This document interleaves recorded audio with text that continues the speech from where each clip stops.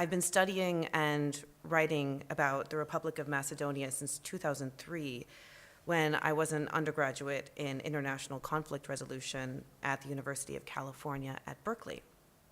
I became fascinated with Macedonia at the time from afar, reading first about its secession from Yugoslavia, which, as you all know, resembled no other post-Yugoslav independence story.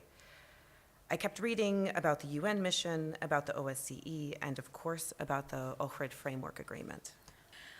Имам студирано и пишувано за Република Македонија од 2003 година, кога бев на дипломски студии за решавање на меѓународни конфликти при Универзитетот во Калифорнија во Беркли. Навистина бев воодушевена од Македонија со тоа што успеа некако да ги избегне војните кои што беа тука во близина.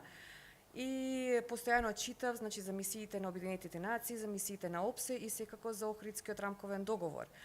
Како што сигурно знаете, доколку студирате за Македонија, доколку ја прочувате Македонија, навистина морате тука да дојдете и да поминете доволно време, затоа што инаку или нема да ја добиете целосната приказна, или ќе ја добиете погрешната приказна.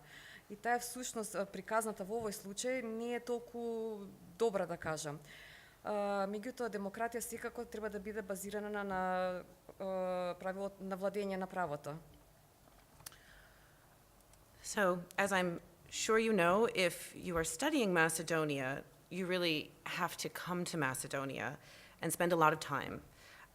Otherwise, you're not going to get the whole story, and in fact, you will probably get the entirely wrong story.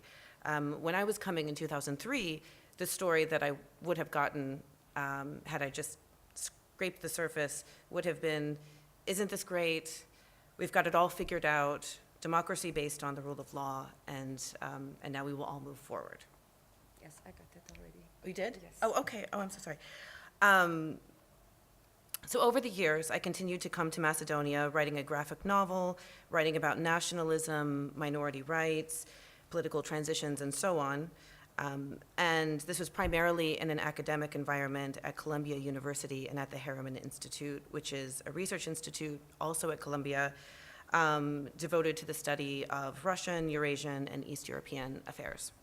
Значи, во текот на годините продолжав да доаѓам тука во Македонија и пишувајќи графички романи, пишувајќи за национализмот, малцинските права, политичките транзиции и така натаму, во главном во една академска средина при Универзитетот Колумбија и Институтот Хариман, кој што представува истражувачки институт за руски, евроазиски и источноевропски работи. So that is why I came here, and that is how I met Jabir and the people at CIVIL and became extremely invested in this place and in this organization. И на тој начин дојдов тука на ова место и се запознав со Џабир и со луѓето на ЦИВИЛ и навистина имам многу вложено во оваа организација. So for CIVIL's most recent report on the local elections, I offered an international human rights perspective.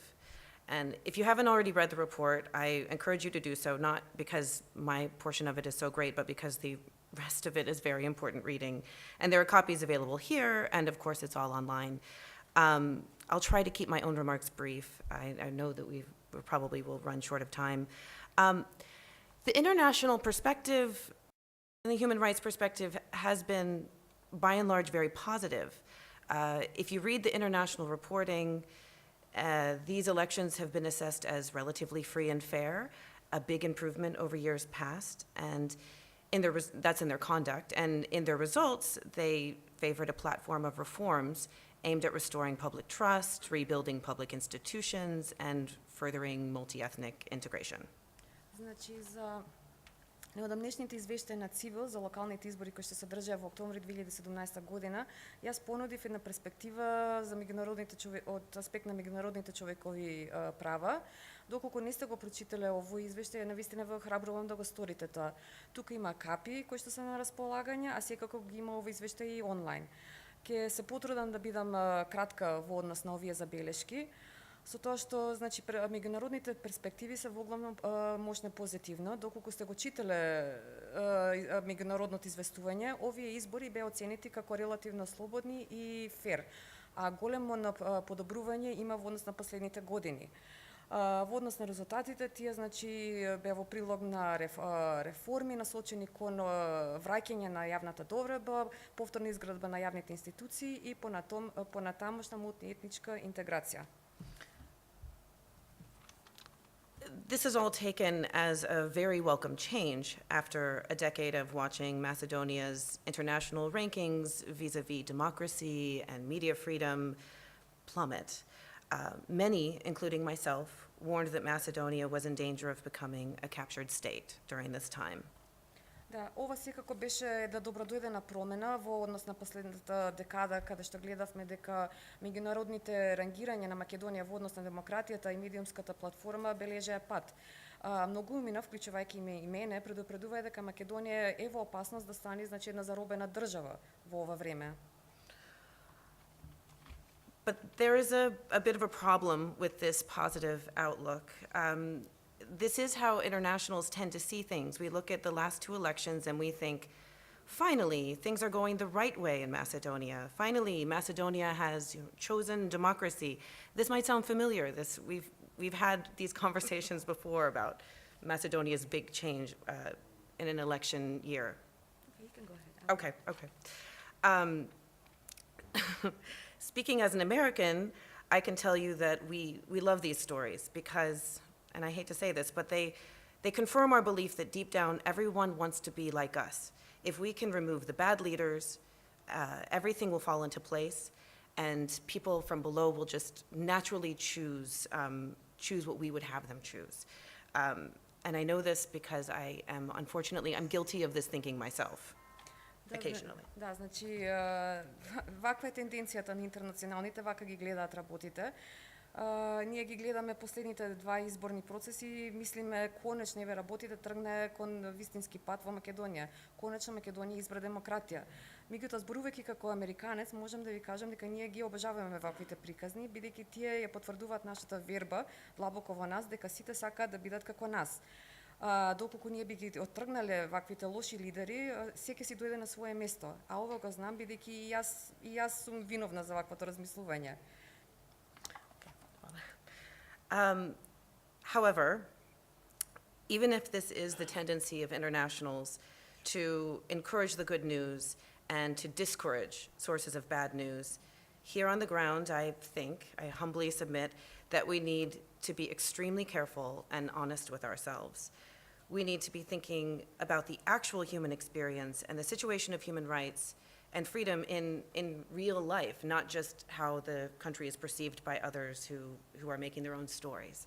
Да, меѓутоа, и доколку ова навистина е тенденцијата на ние што доаѓаме од надвор, да ги охрабриме добрите вести, да ги обесхрабриме изворите на лошите вести, тука на терен треба да бидеме навистина мощни, внимателни и искрени со сами себе си.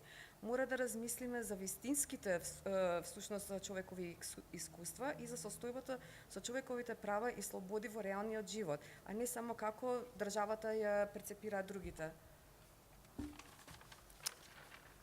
So that is why this panel is so important and why all of the work that CIVIL is doing and the recommendations that are being submitted are so important.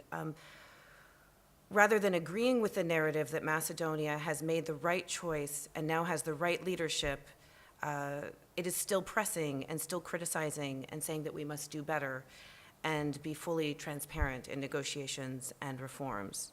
И затоа навистина оваа панел дискусија е навистина значена и зошто работата на ЦИВИЛ што ја правија толку значена. Наместо да се согласиме со наративот дека Македонија го направи вистинскиот избор и дека сега имаме вистинско раководство, таа се уште врши притисок, се уште се критикува, се уште вели дека ние мораме да работиме и подобро и мораме да бидеме потранспарентни во преговорањето и реформите. We must watch extremely closely to see if the agencies in charge of the elections and in charge of elections reform are given full authority and are acting with transparency and are being held accountable. Мораме внимателно да следиме, да видиме дали сите агенции кои што се надлежни за изборите и за изборните реформи им се дава целосен авторитет и дали тие работат се транспарентни во нивното работење и дали се тие одговорни. It would be wonderful to sit back and say that everything is fixed or that someone else, the new government, is fixing it. But if we do that, I can promise you that after the next election, the report is going to say that the voters list still hasn't been fixed. There were still multiple instances of vote buying and family and group voting and intimidation at the polls, and there were still violations of the election silence period, and on and on and on. It will continue. Така да вика, навистина би било добро да едноставно да си седнеме и да си речеме дека се поправи или дека некој друг, односно новата влада, ги поправа работите, ги коригира, но доколку го сториме тоа, јас ви ветувам дека после следните избори извештајот нема да вели извештајот ќе вели дека избирачкиот список се уште не е коригиран, дека се уште постојат повеќе примери на подкуп на гласачи, на семено и групно гласање, на заплашување при избирачките места и прекршување на изборниот мок и така натаму. The international community tends to have a very narrow focus when we think about these things, and this isn't so true in academia, where I tend to like to be, because people look at these things more deeply, but with policymakers, the question tends to revolve around the period right before the election itself, and the period after. Whereas we need to be at the questions of, was the election stolen? Did ballots disappear? Were people intimidated? Could they find their polling places? These are the kinds of things we tend to focus on the most. Да, значи, меѓународната заедница има тенденција да има малку потесен фокус. Меѓутоа, ова не се однесува не е ова случај со академијата, но меѓутоа е навистина така помеѓу оние кои што ги носат политиките. Ние некако ги гледаме на изборите во смисол на тоа што ќе се случи на самиот изборен ден, во периодот непосредно пред изборите и после изборите. Се запрашуваме дали беа изборите украдени, дали недостасуваат гласачки ливчиња, дали луѓето беа заплашувани, дали може да си ги најдат избирачките места. So, of course, these are all very important questions and addressed in the most recent report, but it's only a very small piece of the puzzle.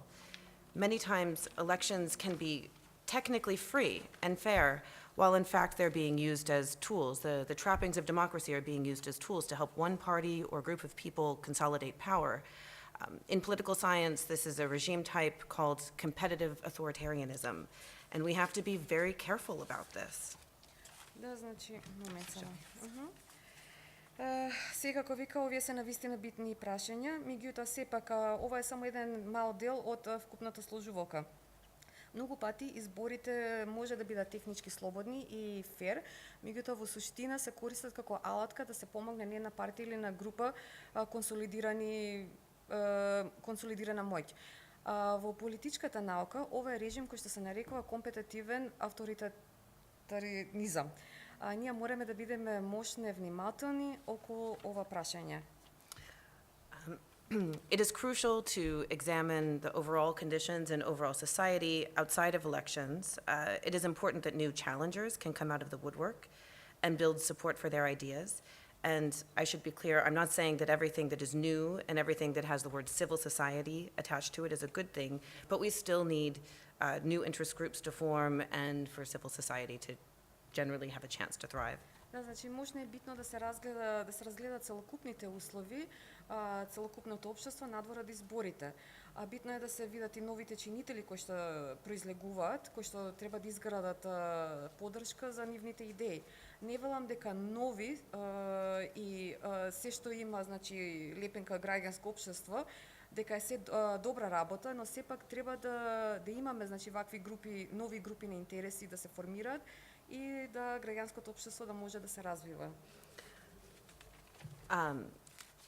It is also crucially important to monitor the media and to foster independent media, and this is something truly incredible that CIVIL is doing through its projects. And I know I keep saying nice things about CIVIL, but I wouldn't travel from the United States for another organization, so I will say nice things about CIVIL.